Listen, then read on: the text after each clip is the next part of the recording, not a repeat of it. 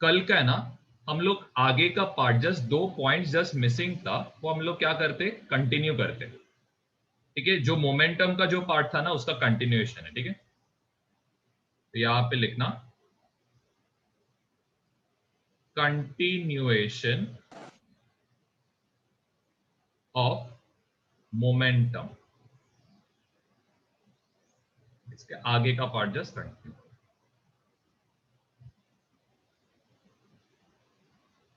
Okay, तो यहां पे लिखना first point, if same force is applied on two different bodies, one lighter, या फिर ऐसा लिखो, बॉडी वन, इसका मास कितना है, इसका मास इज 5 kg लो, एंड बॉडी टू, इसका मास लो 10 kg। भी आप जरा सोचो, सेम फोर्स अप्लाइड है, एक बॉडी जो है हल्का है, दूसरा जो बॉडी है ये क्या, हैवी बॉडी है। तो आपके हिसाब से कौन सा बॉडी का स्पीड ज्यादा रहेगा, कौन सा बॉडी का स्पीड ज्यादा रहना चाहिए? Body two. Body two. सोचो, body one. Body 10 one. kg का बॉडी क्या जल्दी घूमेगा? सोचो जरा, नहीं ना। सर उसमें 10 kg लिखा है ना आपने।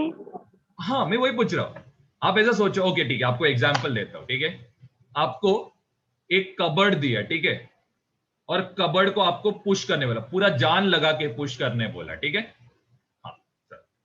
और दूसरा क्या दिया है, एक सोफा, चलो सोफा छोटा, एक सोफा, ठीक है, एक सिंगल वाला, सेम फोर्स लगा रहे हो, कौन सा मूव होएगा आपके हिसाब से, कौन सा मूव होएगा? सोफा। Sofa, of course. क्यों? क्योंकि उसका मास लेस है ना, तो इसके लिए आगे जाएगा। कबर्ड का मास ज्यादा है ना, तो आगे जा पाएगा क्या? नहीं। सबसे पहले चीज क्या बोलोगे, बॉडी टू मूव्स स्लोली, या फिर आप ऐसे लिख सकते हो, वेलोसिटी इज लेसर। हाँ रिशॉन, क्या हो गया, पूछ रहे थे क्या कुछ? सर ये मैं नेट नहीं चल रहा था ना, तो मेरे को समझा नहीं क्या है ये जस्ट वो मोमेंटम का कंटिन्यूएशन है, जस्ट थोड़ा एक पार्ट बच गया था, जस्ट कल रीड कर रहा था तब मेरे को समझा एक छोटा पार्ट मिसिंग था, तो चलिए। तो आप दोनों केस में क्या देख रहे हो, जरा कोई चीज नोटिस कर रहे हो? देखो, मास ज्यादा रहेगा तो वेलोसिटी क्या रहता है, कम। लेस। देखो, बॉडी टू का मास ज्यादा है तो उसका वेलोसिटी क्या है, लेस है ना। फिर दूसरे केस में क्या देख रहे हो, जब मास कम रहता है तो वेलोसिटी क्या रहता है, ज्यादा। ज्यादा रहता है। ठीक है, तो आप क्या बोल सकते हो कि दोनों केसेस में, ठीक है, momentum in case one and momentum in case two, ये दोनों क्या है, सेम है। कब? ये इंपॉर्टेंट है, when force applied is equal, when force applied is equal. अगर फोर्स इक्वल नहीं रहेगा तो क्या ये मोमेंटम इक्वल रहेगा क्या, दोनों बॉडीज का क्या मोमेंटम इक्वल रहेगा? नो। नहीं, ऑफ कोर्स। आप ऐसे सोचो कि आप वो सेम सोफा को आप कुछ फोर्स ही मत लगाओ, एंड वही सेम सोफा को आप फोर्स लगाओ, of course different result produce होएगा।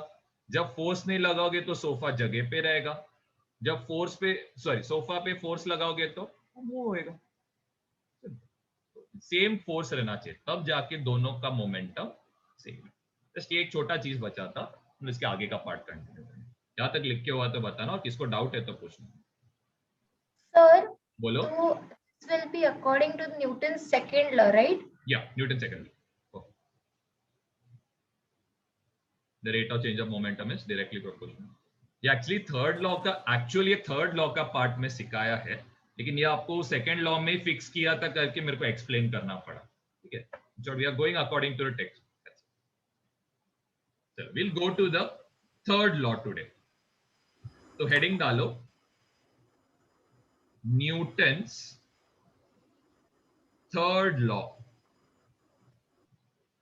अब ये आपने बहुत बार सुना ही रहेगा, आप चैप्टर में पहले बार पढ़ रहे हो, लेकिन इसके बारे में आपने 10-20 बार सुना रहेगा। क्या? Every action has an equal and opposite reaction. कभी ना कभी लाइफ में सुना ही रहेगा, नहीं सुना रहेगा तो ठीक है, कोई बात। तो यहां पे लिखना every action has an equal and opposite reaction. अभी समझाता हूं क्या है करके। ये तो आप ऐसे जोक के फॉर्म में समझते रहेंगे, लेकिन एक्चुअल में क्या है इसका मतलब ये हम लोग अभी समझेंगे।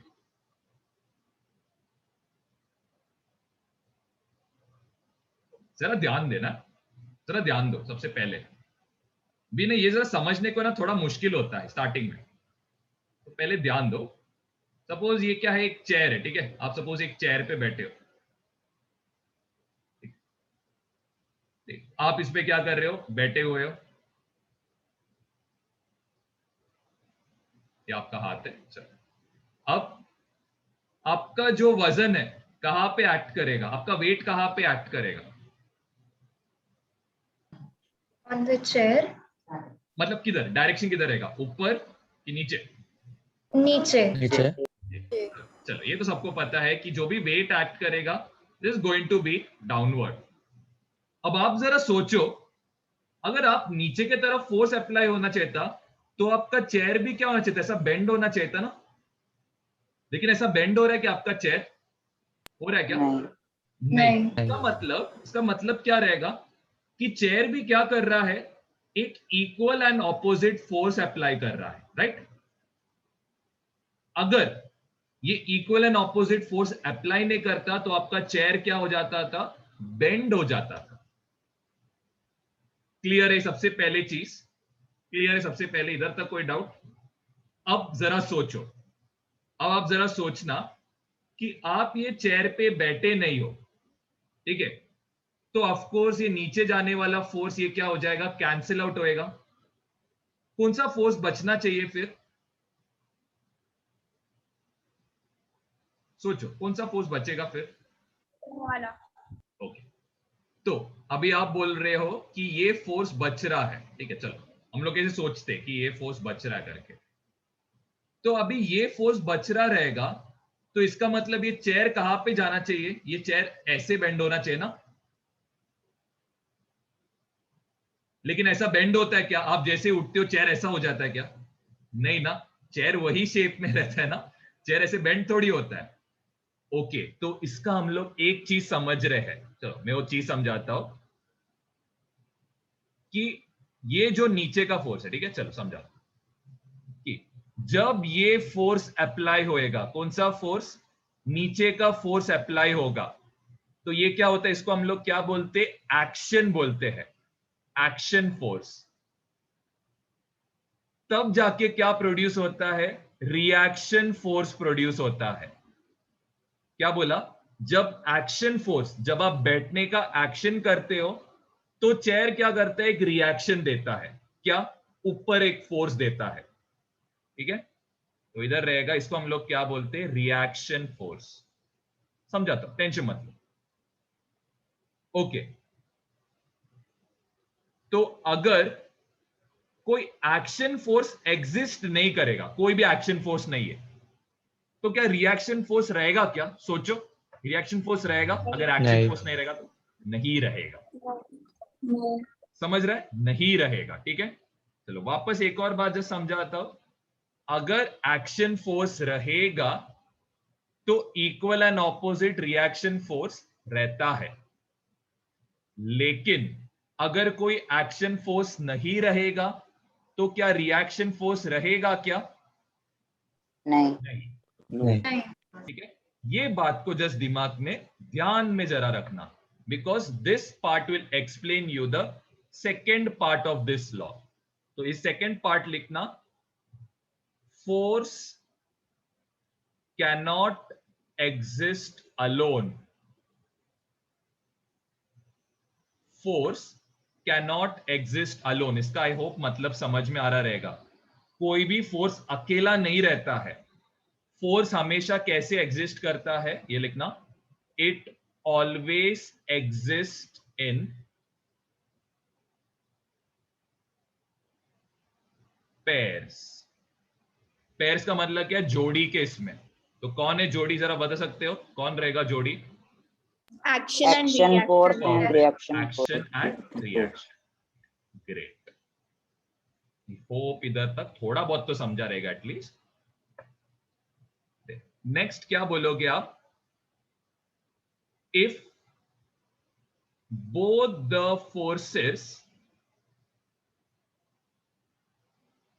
are equal and opposite, shape of body does not change। अब इसका क्या मतलब है ये जरा समझने का ट्राई। अब देखो जरा पिछला एग्जाम्पल देखते हैं, यहां तक सबका क्लियर? ठीक है, अब जरा ध्यान दो। अब यहां पे एक 30 kg का बंदा बैठा, ठीक है, जस्ट मैं साइड का पार्ट रब कर रहा हूं, जरा समझा दो, बहुत इजी टॉपिक है। ओके, जरा ध्यान दो। अब यहां पे एक 30 kg का पर्सन बैठा है, तो हम लोग सोचते हैं कि इसका फोर्स कितना रहेगा? 300 न्यूटन। ठीक है, जरा समझने का ट्राई करो। तो इसका फोर्स का वैल्यू भी कितना रहना चाहिए? कितना रहेगा आपके हिसाब से? 300 न्यूटन। 300 न्यूटन। एंड कहां पे रहेगा? ये फोर्स रहेगा नीचे, तो ये फोर्स रहेगा ऊपर। ऊपर। तो क्या बॉडी का शेप यहां पे चेंज होएगा? क्या बॉडी का शेप चेंज होएगा? नहीं। नहीं। अब आप जरा सोचो, मैं कर रहा हूं इधर 30 kg के बदले आई एम अप्लाइंग, चलो से एक 100 kg का पर्सन, तो यहां पे ये कितना न्यूटन रहेगा? दिस न्यूटन विल बी से 1000 न्यूटन। क्लियर है? 1000 न्यूटन रहेगा। तो आप बताओ ये चेयर भी कितना आप पे अप्लाई करेगा? 1000 न्यूटन। 1000 न्यूटन ही अप्लाई करने वाला है आप पे। आई डोंट थिंक यहां पे आपको कुछ डाउट रहना चाहिए। इधर तक कोई भी डाउट आ रहा है किसी को? ठीक है, अब आप सोचो ये चेयर के ऊपर अभी तो 100 kg हुआ, अब ये चेयर के ऊपर सोचो एक ट्रक को बिठा डाल दिया, ट्रक या फिर एक एलिफेंट को बिठा डाल दिया। ठीक है, चलो अभी ऐसा सोचो है। ओके, चलो अब जरा ध्यान दें। अब जरा इधर हम लोग क्या करें? एलिफेंट, एलिफेंट का वजन ऑफ कोर्स 1000, चलो 2000 kg ले, 2000 kg। तो इस पे जो फोर्स रहेगा कितना रहेगा? 20,000 न्यूटन। अब आप जरा बताओ क्या ये चेयर इतना फोर्स अप्लाई कर पाएगा कि एलिफेंट पे? नहीं। नहीं। ऑफ कोर्स नहीं कर पाएगा। चलो ये मैक्सिमम कितना, चलो हम लोग मैक्सिमम क्या करते हैं? 5000 मैक्सिमम अप्लाई कर सकते, इसे ज्यादा नहीं कर पाएगा। अब आप बताओ चेयर का क्या हालत होएगा? टूट जाएगा। टूट जाएगा ना। अब टूटा क्यों ये?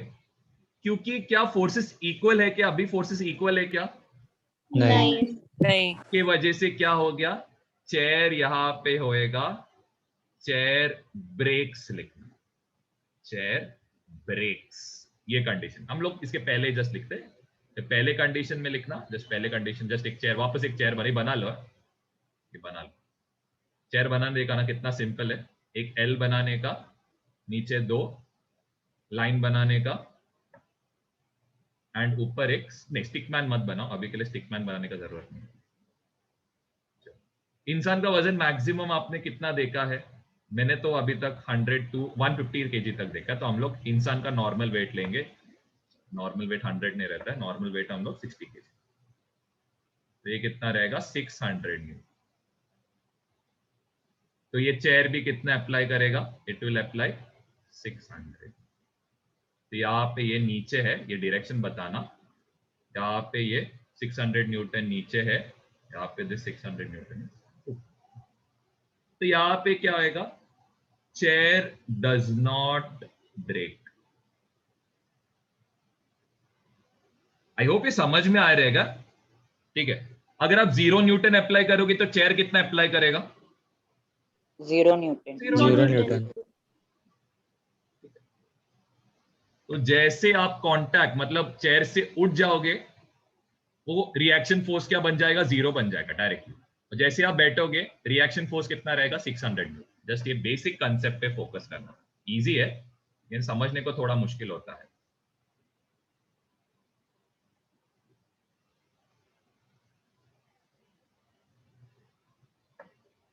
ठीक है, यहां तक सबको क्लियर है क्या? इधर तक जो भी सिखाया मैंने अभी तक सब क्लियर आपको? चलो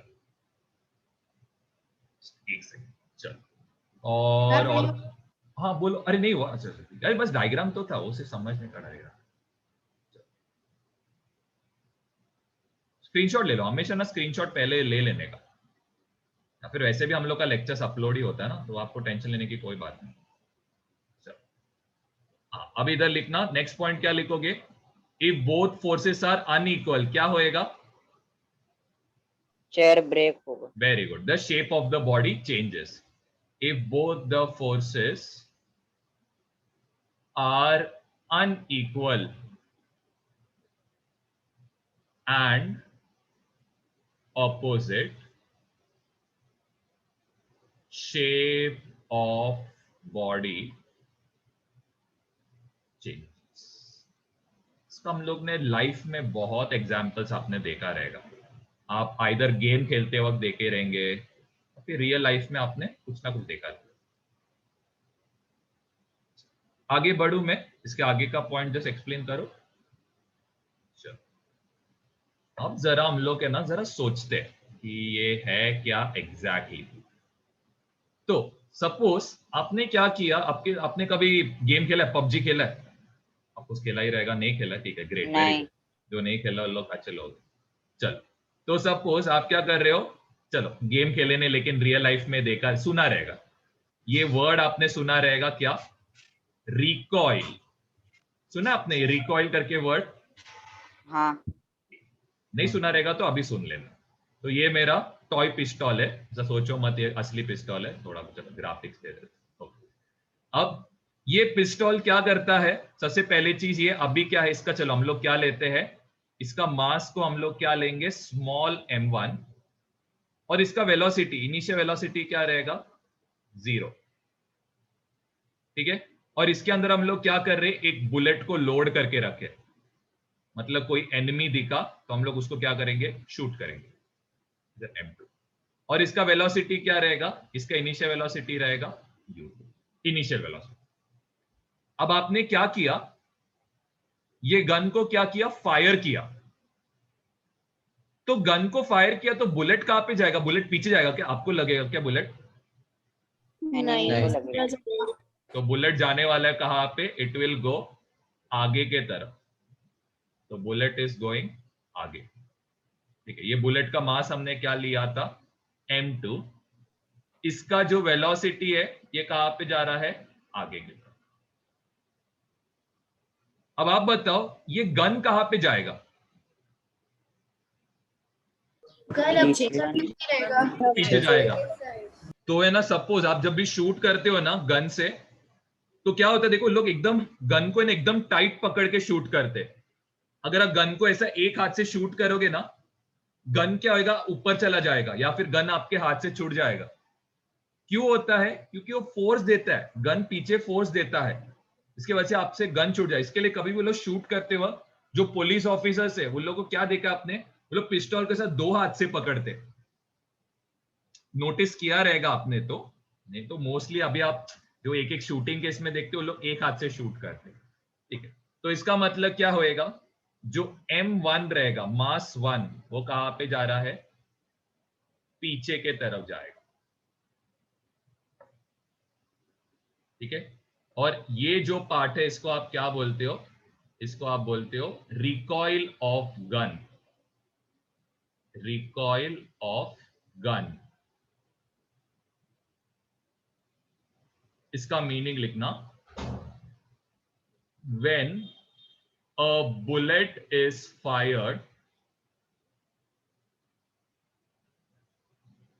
in the forward direction, the gun moves backward because of recoil acting on it। अब इसमें आप एक नया चीज सीखने वाले हो, वो मैं आपको समझाता हूं, याद है, पहले लिख लेना।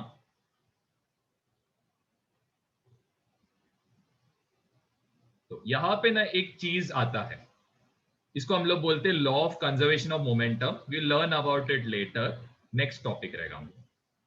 इधर लिखो, law of conservation of momentum.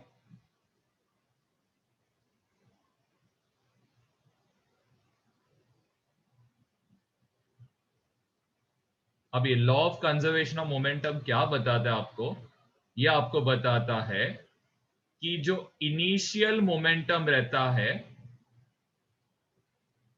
ये ऑलवेज इक्वल टू क्या रहेगा, फाइनल मोमेंटम। ये बस अभी के लिए लिख के रखो, जस्ट अभी के लिए लिख के रखो, इनिशियल मोमेंटम इक्वल टू हमेशा फाइनल मोमेंटम है। We'll jump to the textbook right now. Initial momentum equal to final momentum। डरो मत, ये अभी वापस आएगा, जस्ट अभी एक सेकंड के लिए जस्ट टेक्स्ट बुक में जा रहे हैं। लिख के हुआ सबका, टेक्स्ट बुक पे जंप मारे हम लोग। सर वो फाइनल के नीचे क्या है? Momentum, momentum, momentum.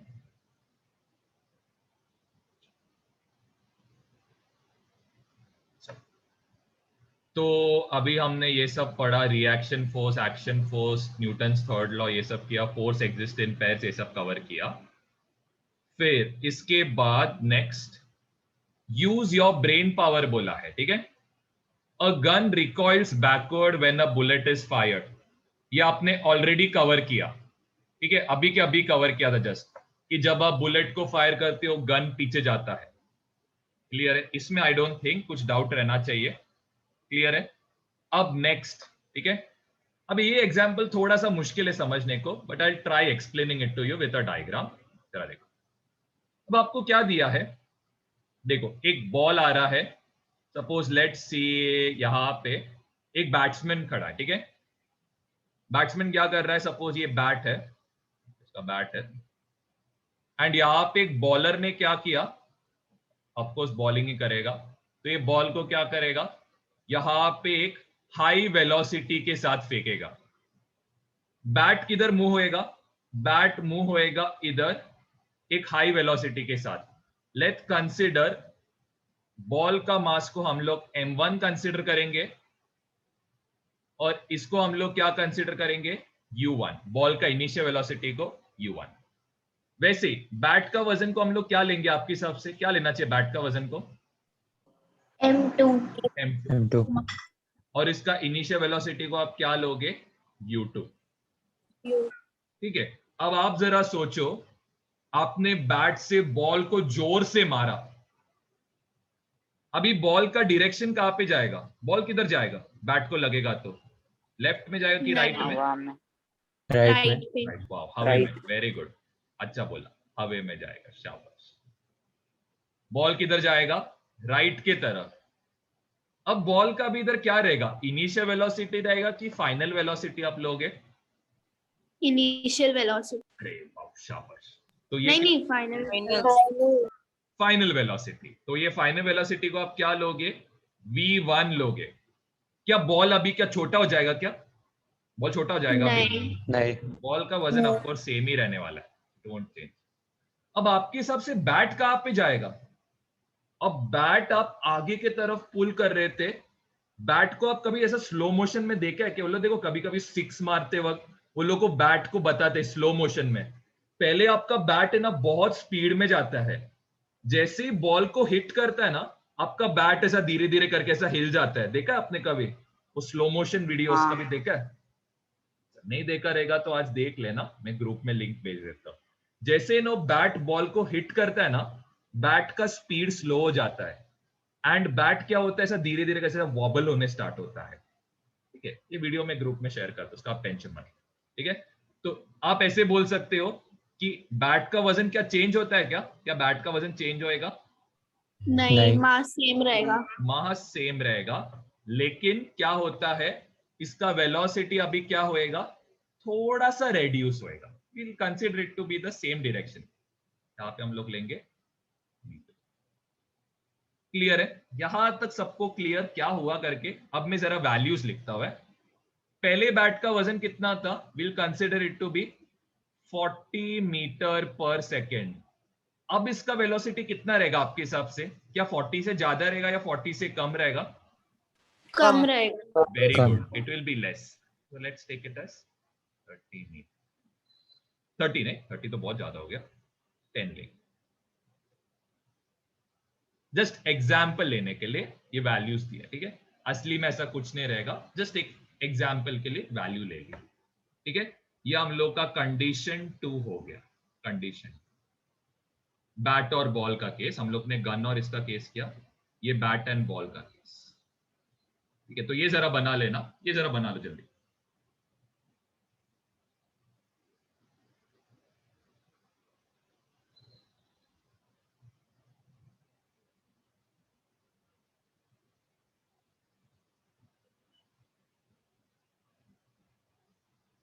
ये केस, ये ऊपर का पार्ट को जस्ट ना साइड में लिखो, बिफोर हिटिंग, और ये आएगा आफ्टर हिटिंग।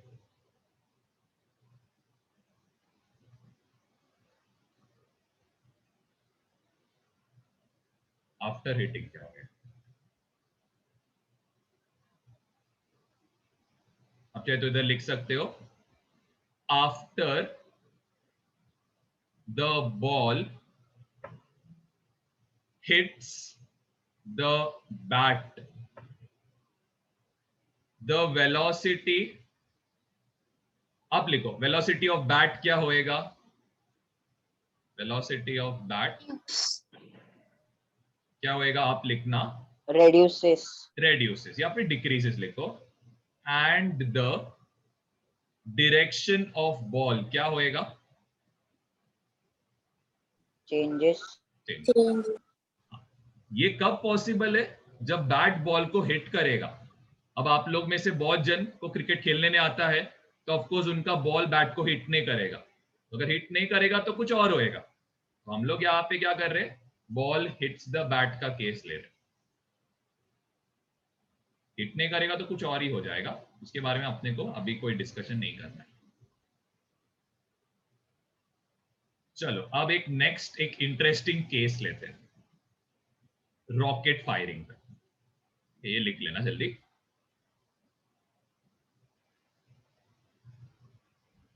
क्या तक होगा सबका लिख के? No sir. ठीक, बनो बनो। बाकी लोग जस्ट गो थ्रू करना, जो भी अभी तक लिखा है जस्ट गो थ्रू करना।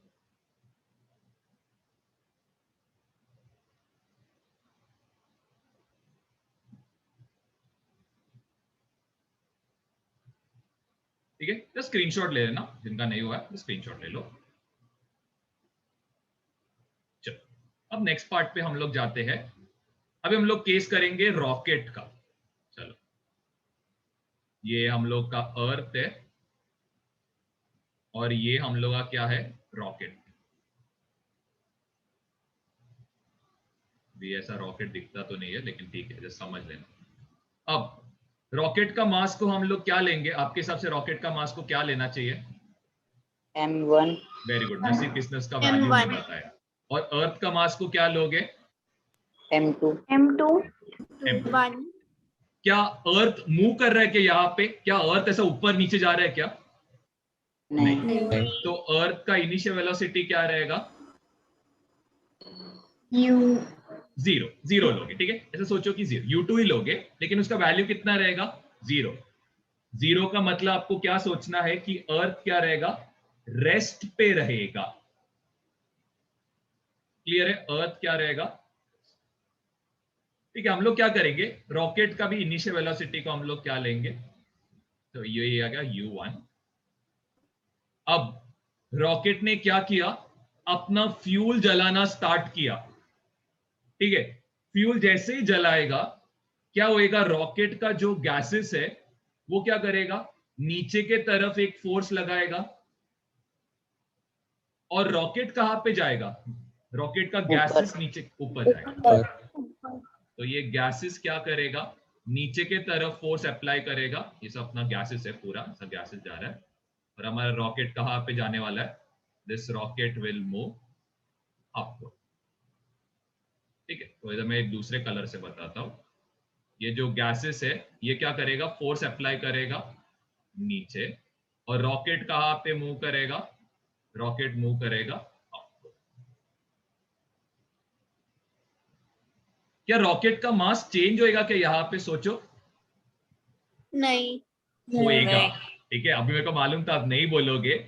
रॉकेट का मास चेंज होएगा। कोई बता सकता है कैसे चेंज होएगा? कैसे चेंज होएगा? सोचो। सर गैस रिलीज क्योंकि गैस का ये मास कैंसिल आउट हो जाता है। सोचो, ऐसा है क्या? सोचो। फ्यूल बर्न होता है ना, तो गैस इसलिए कम ही रहता है। Perfect perfect. फ्यूल जलता है। अभी सोचो, स्टार्टिंग में अभी रॉकेट में आप क्या 1 लीटर ऐसा पेट्रोल डालोगे क्या? 1 लीटर पेट्रोल डालोगे आप? नहीं ना। तो रॉकेट में आप ऐसा 10 to 50 या फिर 100,000 टन का फ्यूल डालते हो। अब ये कैसे जलता है मालूम है? एक सेकेंड में नियरली 1 टन का फ्यूल जल जाता है एक सेकेंड में। तो आप समझते रहोगे कि कितना वजन कम हो रहा है। 10 to 15 सेकेंड्स में इसका वजन 15 टन से लेस हो जाता है। 15 टन का, आई होप मतलब समझ में आ रहा होगा। एक बड़ा कंटेनर ऑलमोस्ट उतना वजन कम होता है। तो जैसे ही रॉकेट ऊपर जाएगा उसका मास क्या होता है? लेस होने स्टार्ट होता है। तो उसका वेलोसिटी क्या होएगा आपके हिसाब से? वेलोसिटी क्या होएगा? इंक्रीज बढ़ेगा इंक्रीज होगा। ठीक है, इंक्रीज होता जाता है। ओके, तो आप मेरे को बताओ, क्या रॉकेट ऊपर जाने से अर्थ का वेलोसिटी से अर्थ नीचे दब जाता है क्या? नहीं और क्या अर्थ का मास चेंज होएगा क्या? क्या अर्थ का मास चेंज हो जाता है क्या? नहीं नहीं चेंज। नहीं अर्थ का मास सेम रहेगा। और अर्थ क्या रहने वाला है? रेस्ट पे ही रहेगा। इधर आएगा V2 is also equal to, तो यहां पे आप लिख सकते हो the mass of rocket changes. क्यों चेंज होता है ये रीजन आप लिखोगे। The mass of the rocket changes, why, इसका रीजन आप लिखो। मैं लास्ट में दूंगा, पहले आप सोच के लिखो। Sir I have one question. या टेल मी ना। हाउ डू वी डिसाइड मतलब M1 कहाँ पे लेना है और M2 कहाँ पे लेना है? ऐसा मास कुछ नहीं, कल भी क्वेश्चन एक जन ने पूछा था। देखो आपके ऊपर है। I will take this as M2। If you are taking this as M2, take this as U2, take this as M1। सब कुछ नहीं। अगर आपको MA भी लेना है, A लो, इसको A लो। Take this as 1, take this as 1, ऐसा कुछ मतलब नहीं। That is just a notation that you are using. Okay, so don't worry about it. कहाँ पे 2, कहाँ पे 1, ऐसा कुछ नहीं, just it's a notation.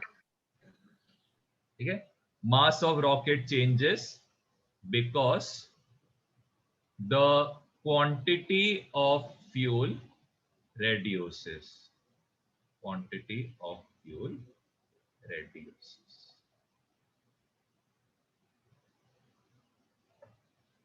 I hope यहां तक you are understanding जितना भी सिखाया मैंने।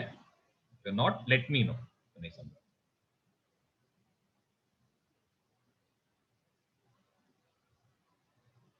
ठीक है, क्या हम लोग आगे बढ़े? हेलो, अरे जवाब तो दो। Yes sir. सर अरे लिख के हो गया आपका? हो गया। अब है ना, हम लोग क्या करेंगे, what will do is will directly learn law of conservation of momentum, फिर हम लोग टेक्स्ट बुक में जाएंगे। ठीक है, अभी आपने इतने अच्छे से ये सब सीखा है, तो let's try to apply this, तो आपको समझ में भी आ जाएगा कि कैसे किधर आता है करके। तो टेंशन मत लो, कुछ नहीं है, बहुत ही सिंपल है। बस मैं जो भी बोल रहा हूं ना, उस पर बस ध्यान देना, और इनकेस आपको नहीं समझा तो मेरे को इमीडिएटली रुकाओ, सर ये नहीं समझा करके इमीडिएटली बोल। ठीक है, चलो। So first is will try understanding ये वाला केस। ठीक है, गन वाला केस। फर्स्ट फॉर्मूला क्या था? Formula was initial momentum equal to क्या रहता है? इक्वल टू क्या रहेगा? Final moment. Very good, final final momentum. चलो ग्रेट। अब जरा सोचना है, जरा सोचो, इनिशियल मोमेंटम में कौन दो आएंगे? एक आएगा गन का मोमेंटम, इधर एमओएम लिख रहा हूं, या फिर हाँ एक सेकंड, मोमेंटम को हम लोग पी से लिखते हैं, यहां पे आएगा मोमेंटम ऑफ गन। और किसका मोमेंटम रहेगा जरा बताओ, और किसका मोमेंटम रहेगा? बुलेट का। बुलेट। बुलेट का। बुलेट का। तो हम लोग यहां पे लिखेंगे यूजी, यहां पे लिखेंगे u b, initial momentum of gun plus initial momentum of bullet. वैसे यहां पे आप कैसे लिखोगे?